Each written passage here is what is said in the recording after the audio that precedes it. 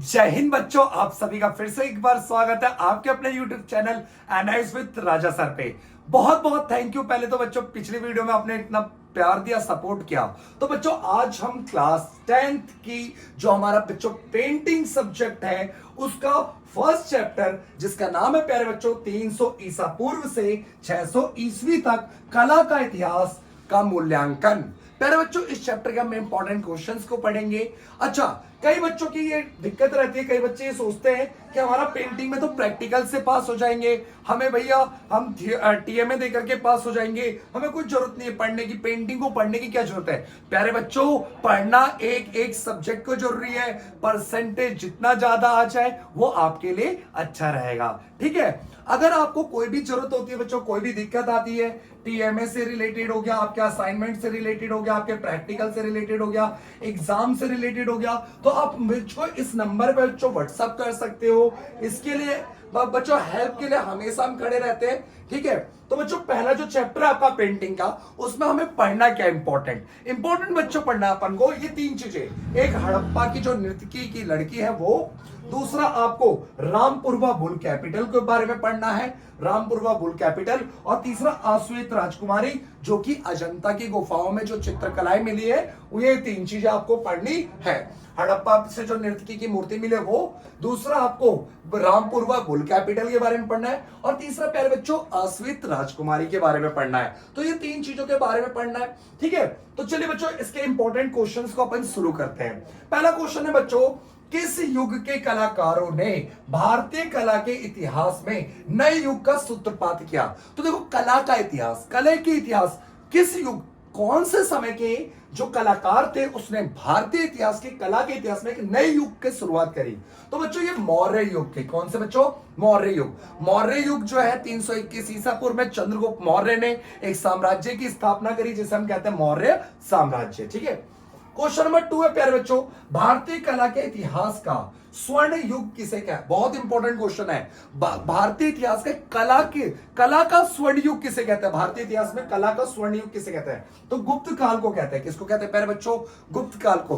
कला का स्वर्ण युग किसे कहते हैं, गुप्त काल को कहा जाता है। गुप्त काल प्यारे बच्चों, गुप्त साम्राज्य की स्थापना 4वीं शताब्दी में हुआ था बच्चों। ठीक है, गुप्त वंश के जो सबसे शक्तिशाली राजा थे वो समुद्रगुप्त थे प्यारे बच्चों। ठीक है, तो देखो कला के इतिहास में एक जो नई शुरुआत होती है वो मौर्य युग में होती है, और कला के इतिहास का स्वर्ण काल किसे कहते हैं, गोल्डन पीरियड, गुप्त युग को कहते हैं। ठीक है, अच्छा क्वेश्चन नंबर 3 हमारा, गुप्तकालीन युग की सबसे प्रसिद्ध चित्रकला कौन सी मानी जाती है।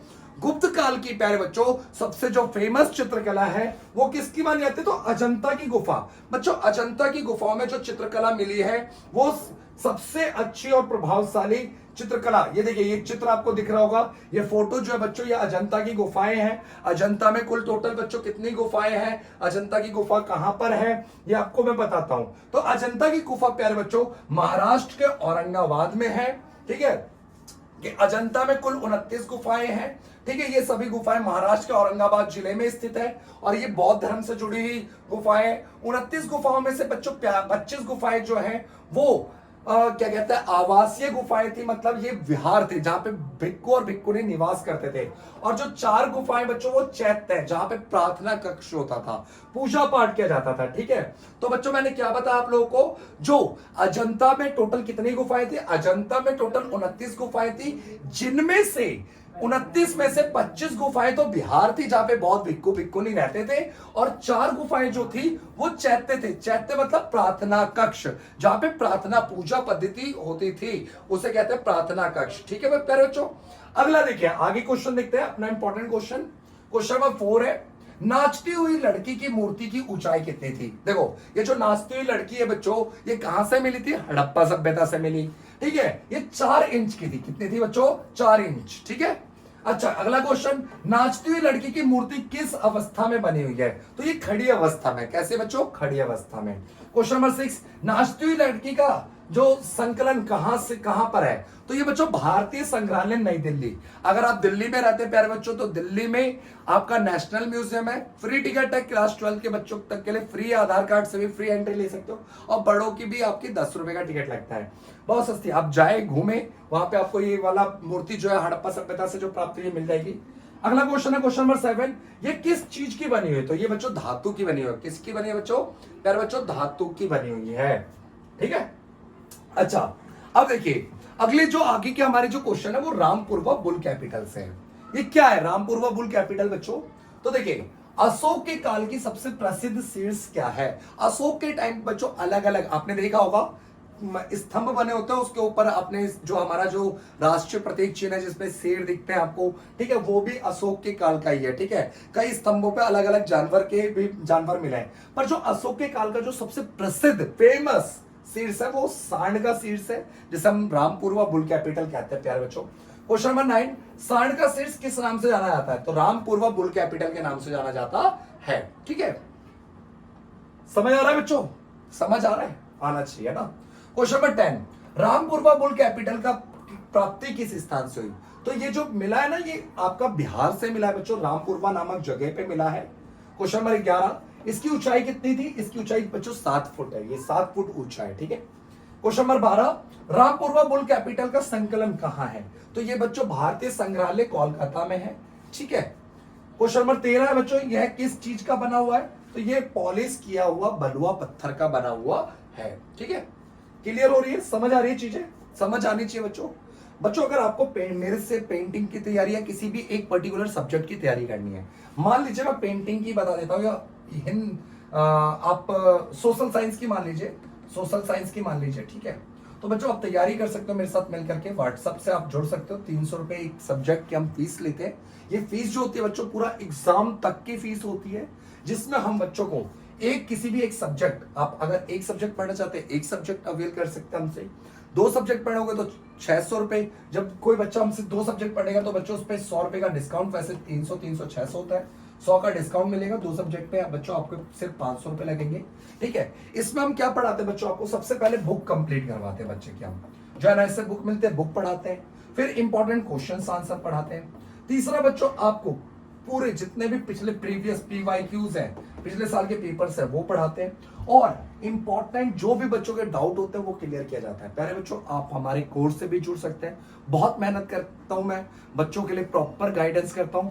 हमारे ये नहीं कि आपसे 4000 5000 जैसे और यूट्यूबर्स लेते हैं इतनी फीस लो। मैं जानता हूं आप लोगों की फीलिंग, और इतनी कम फीस रखिए, इतनी तो आप मोमोस वगैरह खा लेते हैं, ठीक है, इससे ज्यादा की खा लेते हैं जबकि, ठीक है।